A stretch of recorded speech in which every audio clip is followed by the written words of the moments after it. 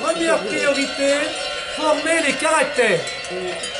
Vous l'aurez supposé, hein, parce qu'il y en a, hein. Voilà. Il faut former des caractères trempés, avec une attention particulière pour la droiture, la franchise, la loyauté, l'honneur, la générosité, le dévouement.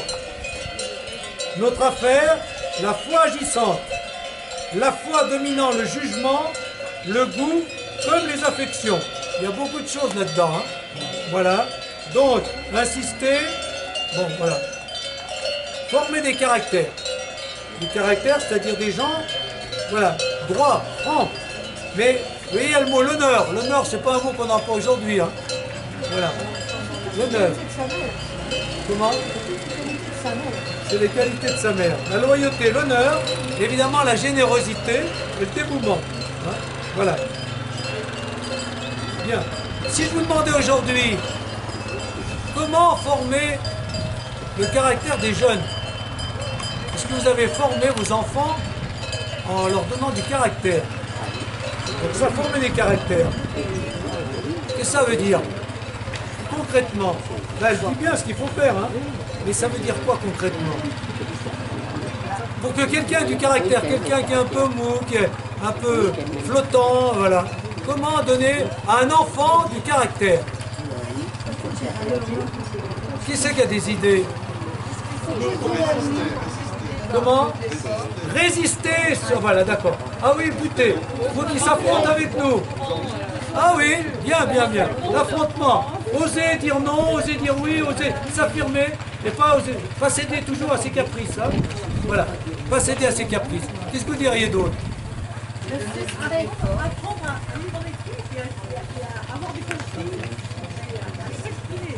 Dans le scoutisme, moi j'ai retrouvé tout dans le scoutisme. Voilà, ben, il y a des mouvements des scouts. Voilà. Il y a des valeurs. Oui, des souverainetés, générosité, oui. Oui, oui. Former du caractère, c'est sûr que le scoutisme, il leur faut faire des choses dures, hein, des fois. Hein. Ouais, des fois, c'est limite, mais bon. Hein. Voilà. C'est un des mouvements qui prend de l'ampleur. Hein. Je l'ai déjà cité, mais autant les aumôneries s'effondrent, autant le scoutisme se développe. Je ne sais pas pourquoi, j'ai déjà cité le chiffre pour ceux qui n'étaient pas là. Et juste à l'Arawa, ils sont juste à l'Arawa, enfin, ils prennent des gens aussi qui viennent de l'extérieur, ils sont 110. Alors qu'il y a 10 ans, il y en avait 3 ou 4. Et les aumôneries, c'est tout le contraire. Est-ce que les jeunes, ils ont besoin d'engagement et d'action? Ils ont besoin d'engagement, d'action. Peut-être qu'il y a cette idée de former des caractères aussi. Hein. Il y a une certaine autorité. Hein. Voilà. Voilà. Mais ça fait toujours partie du projet d'Assomption. Hein. Ça fait toujours partie. Alors, pour les projets, c'est quoi, par exemple, concrètement, pour former des caractères? Les amener à exprimer leur avis, à défendre leur point de vue, à expliquer les choses pour lesquelles ils ont envie de s'engager et les mettre en démarche d'engagement, de responsabilité. Ah oui, bah, ça va bien ça, hein. Oui, ça c'est concret ça. Hein. Qui s'expriment, qui disent leur avis, qui défendent leur avis, qui disent leur projet, puis qu'on les mette en place. Qu'on les mette en place avec eux, voilà. Et l'affrontement aussi, donc ça c'est bien. Qui c'est qui a d'autres idées? Ben, c'est important ça. Si on veut retirer des choses pour éduquer les jeunes. Ouais. La confiance aussi. Confiance en eux. Leur faire confiance, oui. L'affection aussi. Ah oui, il faut toujours de l'affection. Voilà. Oui, oui, oui. Oui.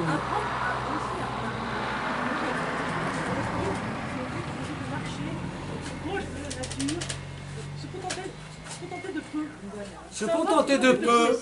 Voilà. C'est bien. C'est bien. Et voilà, ça c'est important. Former les caractères. Donc on aurait peut-être d'autres idées, mais deuxième priorité. Rendre l'intelligence aussi chrétienne que le cœur. Et ça, je ne l'ai pas trop vu ailleurs que chez elle. Hein. On insiste sur le cœur, hein, bien sûr, mais l'intelligence. Éclairer l'intelligence par les sciences religieuses afin de donner du sens à tout ce qu'on apprend dans l'enseignement. Quelques exemples. Le calcul. Être en état de régler ses comptes, sa maison. C'est-à-dire donner du sens. Donner du sens à même un sens, si j'ai bien compris, un sens spirituel. On fait des études, à quoi ça sert de faire des maths? À quoi ça sert de faire de la géographie? Les jeunes disent ça. Hein. À quoi ça sert de faire je ne sais pas quoi? Hein, il dit, voilà. Tu fais du calcul pour pouvoir régler tes comptes, régler ta maison, voilà. Donner du sens. Par des connaissances plus étendues, se rendre utile dans la comptabilité, dans les affaires, dans la famille. Bon, ça c'est voilà. Géographie, montrer en quoi consiste la grandeur d'un peuple, sa supériorité, où sont les vrais progrès de la civilisation, enfin, etc. Alors ça, je ne sais pas si ça se fait encore.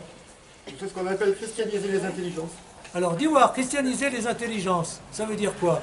Et ben, c'est leur faire prendre conscience que dans tout ce qu'on fait, il y a ce dont tu as parlé tout à l'heure, le germe chrétien. Le germe chrétien, il est présent dans toute la réflexion qu'on a tout au long de notre vie, dans tout ce qu'on apprend et dans tout ce qu'on apprend, voilà. dans tout ce qui, pas du moment là on apprend la géographie ou l'histoire, hein, voilà. Il y a des germes chrétiens dans tous les courants sociaux, dans l'histoire, dans tous les peuples, dans toutes les différences, voilà. Moi je résumerais ça en disant donner du sens, hein, rendre l'intelligence aussi chrétienne que le cœur, donner du sens et un sens spirituel à tout ce qu'on fait. Pourquoi on fait ça? Même, ça peut être vrai pour le travail vraiment. Hein. Pourquoi on fait ça? Pourquoi? Voilà, c'est pour rendre service, c'est pour améliorer la nature, c'est pour peut-être s'élever. Oh, voilà. Pourquoi on fait de la musique? C'est une élévation. Ça peut être une élévation, pas forcément chrétienne, mais déjà spirituelle. Donc ça veut dire que ça nous rapproche de Dieu. Pourquoi? Voilà. Voilà. Ça peut nous rapprocher de Dieu. Donc rendre l'intelligence aussi chrétienne que le cœur. Et là, il y a bien à faire parce que je trouve que, je rejoins ce que je disais tout à l'heure, je trouve que même maintenant, ça revient peut-être un peu quand même, hein. Ça revient peut-être un peu, mais justement, moi si j'ai fait des mini-retraites là, et puis moi je fais ça depuis 40 ans, mais c'est parce que je trouvais qu'on était trop dans des débats où on tourne. C'est bien de faire des partages. De temps en temps, il y a besoin d'un enseignement, hein. On a besoin de quelque chose comme là. Ça aujourd'hui, c'est pas simplement on discute quoi. Hein. Il y a un apport. Il y a un apport. Et puis après, à partir de cet apport, on peut contester, on peut être d'accord ou pas, mais au moins il y a quelque chose. Ça nourrit l'intelligence quand même. Voilà. Troisième priorité, cultiver le sens pratique des élèves. Alors ça, je ne sais pas si ça se fait encore. Savoir faire la lessive, les dortoirs, vernir les meubles et mille autres choses. Ça, c'est elle qui parle. Hein. J'espère que nous communiquerons un peu de ce bon sens à nos petites filles. Non, on leur fait plus cirer les meubles. Hein, et plus cirer les meubles. Mais faire des travaux manuels. Hein, être manuel. Il faut arrêter de dire à nos petites filles, il faut faire aussi aux petits garçons. Ah, les petits garçons, les petites filles. Ah oui, oui. Ah, oui. À l'époque, elle s'adressait qu'aux filles parce qu'elle avait que des filles dans ses Oui, oui, elle établissements. s'adressait. Quatrième priorité, se tenir le plus près possible du Christ, pour recevoir sa force et son zèle. Au-delà de vos difficultés à aimer, vous avez, pour ne jamais défaillir, la force indéfectible du Christ, celui que rien ne lasse, que rien ne décourage, que rien n'arrête.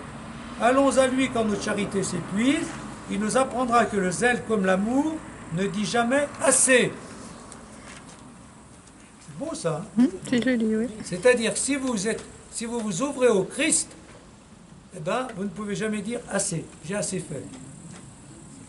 Hein, c'est dur, hein? Ouais. Ne jamais dire assez. Il faut toujours faire plus. À des moments, quand même, c'est dur. C'est fatigant. Bon, voilà. Voilà ces principes d'éducation. Donc, voilà, hein, l'ouverture, l'intelligence. Voilà, demander, voilà. Très bien. Quelques autres pensées et conseils spirituels. Données au fil des années du développement de la congrégation en France et à l'étranger, voilà. Voilà quelques-unes de ses pensées, de sa spiritualité. Plus on se sent faible, plus il faut s'ouvrir à la force du Christ. Je suis trop faible pour la mission dont je suis chargé. Cette œuvre, c'est à Dieu de la faire. Pour moi, quand je défaille, je me laisse aller en lui d'une façon que je ne sais pas exprimer. Voilà. L'abandon, confiant, ça rejoint Saint Paul, hein. C'est quand je suis faible que je suis fort. Plus je suis faible, ou je me démoralise et j'abandonne, je dis, ben, je ne peux pas y arriver moi, donc je me fais confiance au Christ. Il va m'aider. Voilà. Et donc, je laisse sa grâce et sa force faire ce que j'arrive pas à faire. Au cœur de 1000 difficultés, des sœurs qui meurent, d'autres qui quittent, des épidémies, des difficultés financières, des bâtons dans les roues venant des ecclésiastiques qui ne veulent pas reconnaître la congrégation, des communautés qui éclatent comme la première en Afrique du Sud. Bon, dans toute fondation, il y a plein de problèmes. Hein. Il y a des oppositions, puis il y a des sœurs qui quittent aussi, hein, voilà, comme des prêtres, comme partout. Hein. Il y a plein de problèmes. Ben, faut tenir bon. Donc, à ce moment-là, voilà ce qu'elle dit. Marie-Eugénie a des moments où elle n'en peut plus. Je souffrais avec abattement et j'eusse voulu me coucher là pour mourir. C'est dans cette lassitude excessive qu'une infinité de choses demanderaient pourtant de moi que je m'en occupe avec toute mon âme, avec toute mon attention, avec toute l'activité que je puis y mettre. Ce sont des détails matériels, ce sont des soins spirituels, ce sont des comptes, ce sont des règles, etc. Et à tout cela, je ne sais au-dedans de moi qu'une réponse, c'est que j'ai mal au dos et que je voudrais me voir coucher dessus, surtout si c'était pour ne pas me relever. Ça va mal, hein? Je suis en ces moments où tout pèse, hélas, à tel point qu'on ne puisse ouvrir la bouche pour en parler. C'est terrible, hein? Non, mais ça, c'est vrai. Il y a des moments où il y a des problèmes, des souffrances telles qu'on ne peut même pas en parler. Il y a un blocage, hein? Donc elle vit ça. Hein? Voilà. Donc ça veut dire que ça n'a pas été facile, hein? Il est bon de sentir ses forces inégales au fardeau. Lorsque je ne me sens sans force, sans santé, j'espère tout de Dieu. Je suis bien entre les mains de Dieu. Ma force est d'être faible. C'est une heure bien précieuse dans la vie où nous comprenons que nous ne pouvons rien faire par nous-mêmes et que nous pouvons tout par Dieu. Voilà, retenez bien ça. Je ne peux rien faire par moi-même, je peux tout par Dieu, par la force de Dieu, si je lui fais confiance, ou la force du Christ, si je m'abandonne entre ses mains. Deuxième pensée, oser dire la vérité. Ça, on l'a déjà entendu, hein, mais il y en a d'autres. Les membres de l'Église, je ne les connaissais pas. Je rêvais de trouver en eux des apôtres. Je devais n'y trouver que des hommes. Pas mal, hein? Voilà. Plus je vais, moins j'ai de sympathie pour les prêtres et les laïcs pieux. Ils ne comprennent rien. Leur cœur ne barre pour rien de large. C'est sévère, hein? Bon. Et avec tout le monde, elle fait ça, quand même. Je sais pas, il y a des moments... Hein? Les Assomptions, elles sont patentes. Au père d'Alzon, avec qui une correspondance de plus de 2000 lettres a commencé, et avec qui un projet de fondation parallèle est à l'étude, elle ose dire « Je trouve que vous êtes toute espèce de bonnes choses, excepté cela, responsable de l'ordre pour les vôtres. Donc vous faites plein de choses, mais vous ne vous occupez pas des vôtres. Bon. Et c'est à cela que j'attribue directement votre infécondité dans l'ordre des vocations. Que vous prêchiez les protestants, les protestants, ou que vous combattiez le gallicanisme, ou que vous vous laissiez dévorer par les importuns, là n'est pas la question. Ce que vous ne faites pas, c'est ce dont vous êtes le plus chargé au monde. Vous feriez mieux d'être évêque. Bon. Il s'occupe de tout, sauf de ce qu'il devrait. De sa fondation. Bon. Voilà. Bon, alors, à vous oser dire la vérité, mais peut-être quand même avec des gants. Hein. Enfin, vous vous débrouillerez. Voilà. Donc, faire confiance au Christ, voilà, s'abandonner dans nos projets. Oser dire la vérité. Aider chacun à être lui-même en fonction de sa grâce propre. S'il y avait qu'une chose à retenir, je l'ai déjà dit tout à l'heure, mais elle la reprend à plusieurs reprises, donc elle la reprend ici, ça c'est important. Ne jamais mettre les autres dans un moule préétabli. Pour moi, ce qui domine dans mes rapports avec une sœur, c'est la responsabilité de la rendre à Dieu telle qu'il veut la voir. C'est pas à moi de penser que lui ou elle, il faut qu'il soit comme ça, parce que je voudrais. C'est Dieu. Donc, voilà. C'est une folie de ne pas être ce que l'on est avec le plus de plénitude possible. Il faut laisser à chaque âme sa forme particulière.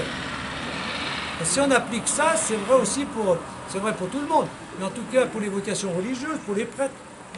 On ne peut pas mettre les prêtres dans le même moule. Il faut que chacun soit lui-même. S'il y a des problèmes aussi, c'est peut-être parce que, voilà, il y a quand même beaucoup de problèmes. On en parle beaucoup, les problèmes des prêtres. Hein, et avec donc le dernier suicide là-bas à Versailles d'un prêtre, donc c'est que si on n'est pas nous-mêmes, si on est obligé d'être simplement au service de l'institution, ou au service des paroissiens qui veulent qu'on soit comme ça, et que surtout que rien ne change, voilà. Donc ça c'est terrible ça. Et il faut que chacun soit lui-même. Hein, voilà. C'est comment? La liberté, la personnalité, la grâce particulière. Moi, ça, c'est très important parce que c'est très biblique. Hein. Dieu appelle chacun par son nom. Et Abraham n'est pas Moïse, Pierre, Jacques, André, ils sont très différents. Hein. Il faut que chacun soit lui-même. Et nous aussi, voilà. Bon, très bien. 3. Aider chacun plus bien. 4e, porter toujours un regard positif, bienveillant, valorisant sur les autres. J'ai pris l'habitude de ne voir dans les âmes que ceux que j'y verrai pendant toute l'éternité. C'est beau, hein? Voilà. Voir dans les âmes, c'est-à-dire la profonde, la personnalité profonde, le fond de quelqu'un, voir ce qu'on y verra dans l'éternité. Hein? Voilà. Donc voir le bien, voir le meilleur de lui-même, quoi, en gros, hein. Se dépouiller de tout pour qu'il ne reste que l'amour. Pour faire l'œuvre de Jésus, il faut le dépouillement, le dégagement de tout. Sortir de toutes les peines et les difficultés par l'amour tendre de mon Seigneur. Dieu veut que tout tombe autour de moi. J'entrevois quelque chose de dépouillé, un état où il ne reste plus que l'amour. Voilà, le dépouillement, quand les circonstances font que, ben voilà, il y a beaucoup de choses dont on est dépouillé parce que ça ne marche pas comme on voudrait, d'avoir ce dépouillement comme, voilà, ben il ne reste que l'amour. Hein, tant pis si je suis débarrassé de tout, de mes certitudes, de mes moyens, mais il reste l'amour dans mon cœur pour aimer Dieu, pour aimer les autres. Donc le dépouillement, surtout quand on vit des moments comme ce qu'elle nous a dit, hein, voilà, le dépouillement où tout va mal, eh bien, j'ai plus aucun moyen, j'ai plus aucune force, mais il reste l'amour de Dieu et je lui fais confiance. Bien vieillir, ça vous va, hein? Et moi aussi. Vous me demandez comment vieillir saintement, en travaillant sans cesse sous l'œil de Dieu, avec une haute patience et confiance, en maintenant dans son âme, dans ses affections, l'immortelle jeunesse de Jésus-Christ, qui est homme nouveau, notre homme intérieur. Vous comprenez ça? Bon, on y reviendra, je vais lire tout. Tenez votre cœur bien haut, dans le ciel qui est votre patrie. Enfin, comme la vieillesse est d'ordinaire le temps de l'infirmité et des langueurs, supportez-les avec la douceur, la simplicité de l'agneau. C'est ce qui fait les vieillesses saintes. En quittant sa charge de supérieure en janvier 1897, elle déclare « Je n'ai qu'à être bonne. En vieillissant, on n'a plus qu'une chose à faire, être bon pour les autres. » Hein? Pour tous les acarias. Tous les acarias. Non, mais c'est vrai. Et ça, c'est bon. Quand on ne peut plus faire grand-chose, on peut moins être bon, être bienveillant. Hein? Voilà. Encourager, être généreux. Voilà. Ça, c'est une chose. Ensuite, supporter ses langueurs, ses faiblesses. Vous voyez ce que ça veut dire, hein? Les supporter avec la douceur et la simplicité de l'agneau. Très bien. Parfait. Mais l'autre chose que je disais au début, qu'elle me disait au début, hein, c'est entretenir l'immortelle jeunesse de Jésus-Christ, qui est un homme nouveau, notre homme intérieur. Eh bien, alors, ça c'est, je dois reprendre, je ne sais pas si elle reprend ça, mais en tout cas, ça rejoint ce que Saint Paul disait. Hein, Saint Paul qui dit, l'homme extérieur s'en va à sa perte, l'homme extérieur est en ruine, et l'homme intérieur se fortifie de jour en jour. C'est ça, bien vieillir. Tout se dégrade. Mais intérieurement, je m'attache à Jésus-Christ et il est l'homme nouveau, la jeunesse nouvelle, hein, l'homme intérieur. Voilà. L'homme extérieur se dégrade, l'homme intérieur se fortifie. Putain, je suis rassuré. T'es rassuré. Ben oui. Pas tout à fait. C'est vrai. Hein. Ben, c'est ça, bien vieillir. La prière, l'attachement au Christ, la méditation, tout ça. Et puis la bonté envers les autres. Hein. Voilà. Si on s'attache plus au Christ et qu'on est bon envers les autres, on va bien vieillir quand même. Hein. Surtout être bon envers tout le monde. Bon envers tout le monde. Oui, envers tout le monde. Surtout envers ceux qu'on a. Et rester souple entre les mains de Dieu. Ne jamais faire la folie de préférer me raidir au lieu de me laisser à la joie d'être avec Jésus par la douceur et l'humilité. C'est-à-dire, voilà, s'adapter, voilà. Les contretemps, les contrariétés, me les voir non pas comme des énervements, voilà, mais comme, voilà. Je m'adapte, je suis disponible. J'avais prévu, mais je fais autrement. Voilà, restez souple, parce qu'autrement on n'arrive jamais à rien. Et puis c'est voilà. Quand elle meurt le 10 mars 1898, les sœurs de l'Assomption sont réparties en 29 communautés, en France, en Europe, en Asie, en Amérique. C'est quand même incroyable. Hein. Toutes ces fondations, moi j'arrive jamais à comprendre comment ça puisse se faire si vite, toutes les grandes fondations. Elles sont 1100 religieuses, et le pape Léon XIII a définitivement reconnu cette nouvelle congrégation, même si Marie-Eugénie a fait plusieurs voyages à Rome pour en arriver là. Mais finalement, ça aboutit. Elle s'en est allée avec dans le cœur un grand amour de l'Église et un grand amour du Christ. C'est lui que j'aime, que j'ai aimé, en qui j'ai cru et auquel j'ai donné mon amour. C'est une de ses dernières paroles. Voilà Marie-Eugénie. Alors, qu'est-ce que vous en retirez? Réaction ou complément, ceux qui la connaissent mieux que moi. Moi, j'ai lu un livre, je ne la connais pas plus que ça, mais c'est déjà pas mal. Hein.